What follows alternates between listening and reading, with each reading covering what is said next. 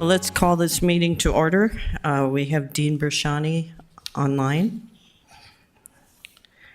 We have the agenda before us. Are there any additions? If none, we will move forward. Approval of minutes of our October 26th meeting. Did everyone have a chance to review those? Peterson, motion to approve. Second it. Motion by Peterson, second by Preston. Any discussion? All those in favor signify by saying aye. Aye. Aye. Opposed, same sign. Okay, motion carries. Next on the agenda, we have an application from Great Plains Holdings, right along that NP Avenue in the 600 block. Good morning, Renaissance Zone Authority. This is an application by Great Plains NP Holdings LLC for a mixed-use project at 602, 610, 636, and 650 Northern Pacific Avenue North. So there's an aerial image up here. This is Renaissance Hall, across the street's fire station, and Broadway right here. So we're talking about this surface level parking lot. For this project, they're planning to construct a 6-story mixed-use building that would have a parking ramp on the east side, would have a community theater, residential apartments, and some retail space on the main floor of 2,500 square feet. This investment, excluding the ramp, because it would be publicly owned, is $40 million. It exceeds the minimum threshold at $219 a square foot. One thing to note, we are working with the applicant right now. The community theater is going to be fitting up their space separately, and their investment, which is included in the staff report, I've kind of noted it separately in there as well. It may become 2 applications before it reaches the city commission. We're trying to work out those details with the applicant right now, and so it may be that this becomes 2 projects, but in that case, that each project would still be above that minimum threshold. This is consistent with the Renaissance Zone Plan, which notes to provide a mixed-use building here. Block 18 identifies it for redevelopment into ground-level retail and commercial. And so staff finds that this project will be a benefit to the downtown area and has received a score of 94 out of 100. Up on your screen is an image of what it not quite looks today. It's a lot more snow on the ground, but it's the surface level parking lot. This is the plan where you can see how it's kind of pushed, sandwiched in between these buildings along Broadway and Renaissance Hall. The parking ramp is on the east side. Here you're seeing the floor plan of the community theater, which is still under design right now. And then above there would be those residential apartments. So here is a view looking from NP towards the southeast. So staff is recommending approval. That concludes staff's presentation. If you have any questions, I'd be happy to answer them. The only question I have, okay, with the 168 apartments, 465 stalls, was there a plan to work with the city to lease some of those spaces? That I'm not sure. I'm not sure if the applicant, Keith Lear, is here with Kilburn Group, or if Jim could maybe answer that. Jim Gilmore? Yeah, this would be similar to Rolco and Mercantile, where the individual tenants, if they have 2 cars or 1 car, no car, would rent parking spaces individually. Our experience with Mercantile is that probably about half of the people need a parking space and rent it. Often they're gone during the day, and so they're just paying hourly when they need it. Okay. Madam Chair, could you explain though, Jim, the relationship or what's going on with the parking ramp? It's certainly, the parking ramp will be owned by the city, and so while this is a development that will be done by Great Plains NP Holdings, the city will be paying for the parking garage, and when it's completed, it'll be transferred to the city. So there'll be sort of a condominium association here with 3 condo owners, 1 the theater, 2 the apartment building, 3 the city owning the parking garage. And so the city will set the parking rates and set the policy on who uses that facility. Does that answer? And there's a portion of the parking ramp that's dedicated to another development, right? Yes, there are 50 parking spaces that are kind of dedicated to global development. They're not like individual numbered or anything, but they will have access to 50 parking passes as part of the financial deal. So, Madam Chair, so just to go into a little bit more about that, so that was the unique part of this. About half the lot was owned by the city, and half the lot was owned by the development group. And so that was part of the negotiation, that they would have the right to those spaces. So that was if you don't mind, that was part of the thinking behind that. I just have a couple of quick things if I can continue.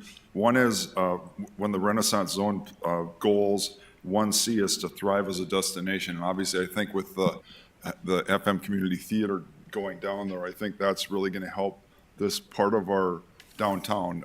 They'll have activity almost on a daily basis, so I think that's going to be just a great addition to the downtown. And and I don't want to speak out of turn, but this parking ramp will also spur development. If you look at this overhead picture, there's lots of buildings that are waiting to be developed across the street and actually in the vicinity. They were waiting for parking facilities before they do it. And we've actually had, and Jim, I'm sure you can't talk too much about it, but we've already had interest in those owners of those properties into developing their buildings. And so to me, that's another good part of this So project. For a Renaissance Zone. Right, correct. And if I can, then I promise I'll quit talking, but if you don't mind, it would be nice to know, what is the existing, how much property taxes is paid by that property right now? And then once the project is completed, what will the property taxes be paid? We don't need to have that today, but for the future, just to know what the impact will be. All right, thank you. Yeah, I can tell you that the city does not pay property taxes, so 60% of the site, it's zero. And the rest of it, I forget what the value is, but I can get that number for you. Thank you. Sometimes I know that's hard to estimate when the project is so early in the stage, but so. Any other questions? Arlette, did that answer your question? It did, but I have another one. Okay, Oh, well, go ahead. Chad had to. Thank you, Madam Chair. Yeah, regarding the 168 units, do you know how many bedrooms there are planned? I guess I'm skeptical about the number of parking stalls. I know everybody's optimistic about that, but it'd be curious to find out what would happen if you could increase that number. I don't have the plans in front of me. We sort of had that U shape given to us as a graphic, but there's no floor plan. So increasing that capacity, I think, would be amazing if possible. And again, it's probably not possible, but I'm always suspect when we have such limited stall counts. Yeah, thank you for that question. I don't know the number of bedrooms. I'm not sure if Keith Lear knows that number offhand, or if there's a mix of bedrooms or.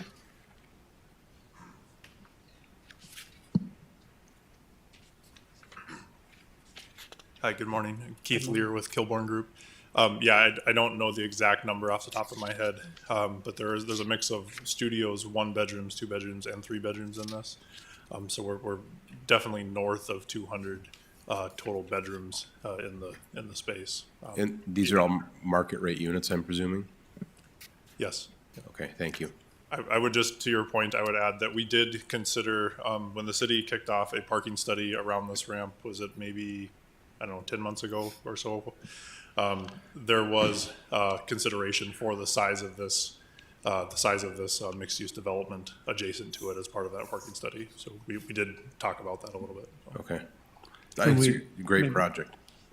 I can address that parking study a little bit. What we found is that, if you have, say, 200 bedrooms, maybe only half of those rent the parking spaces.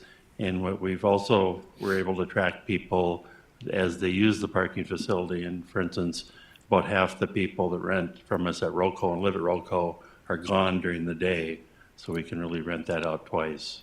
So the peak demand on residential is in the evening, and it's actually very low during the day. Okay.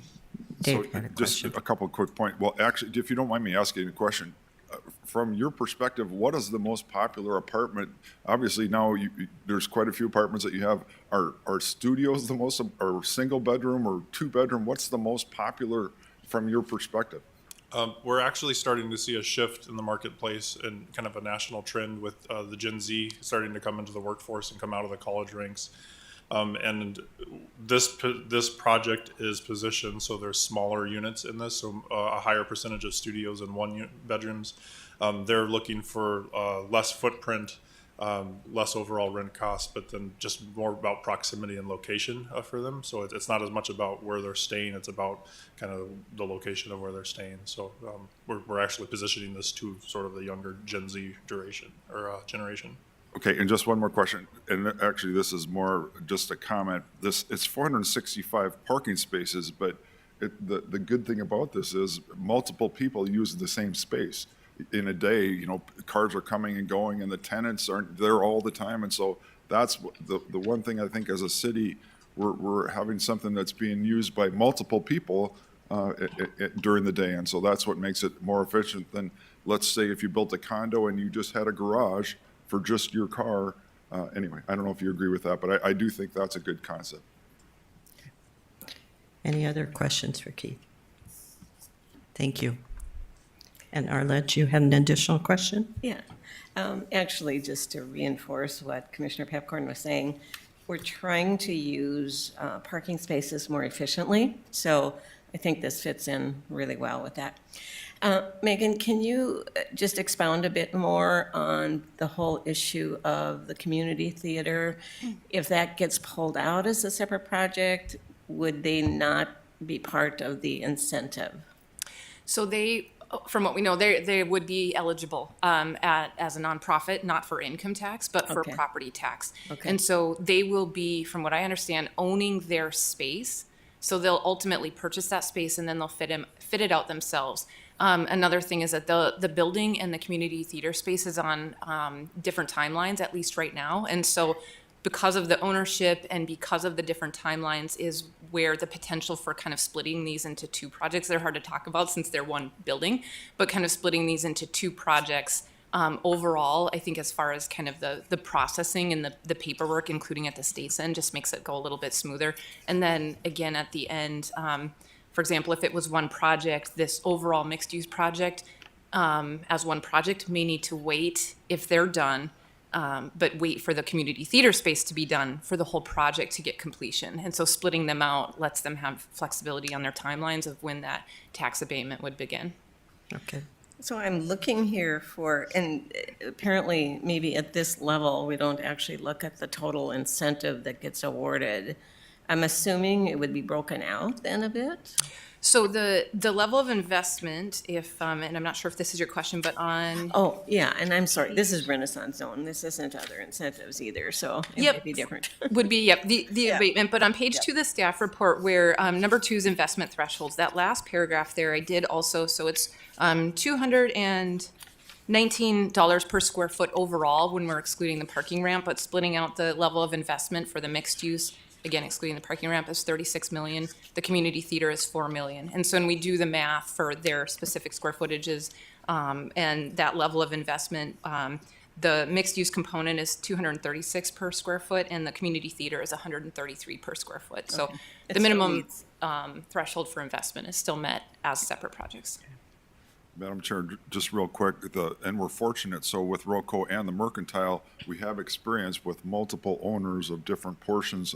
It gets a little bit complicated, but we have experience now with that. I don't know if that's a good description, but it's kind of like a sandwich where different people own different portions of it. It's still a great project, but there's different owners of the different things. Is that a good way to describe it? Yeah, I would say I'm learning a lot every day. And so I think with projects that you're seeing as of late, they're not to say they're getting more complicated, but I think they're maybe getting a little bit more unique in how that ownership works in those spaces, maybe than what we've seen in the last 5 or 8 years. And so there's more condo units and things happening. And so you might start to see more projects that are one building, but multiple projects.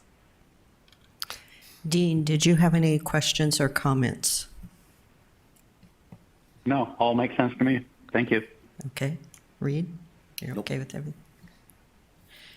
If there is no more discussion, I would call for a motion.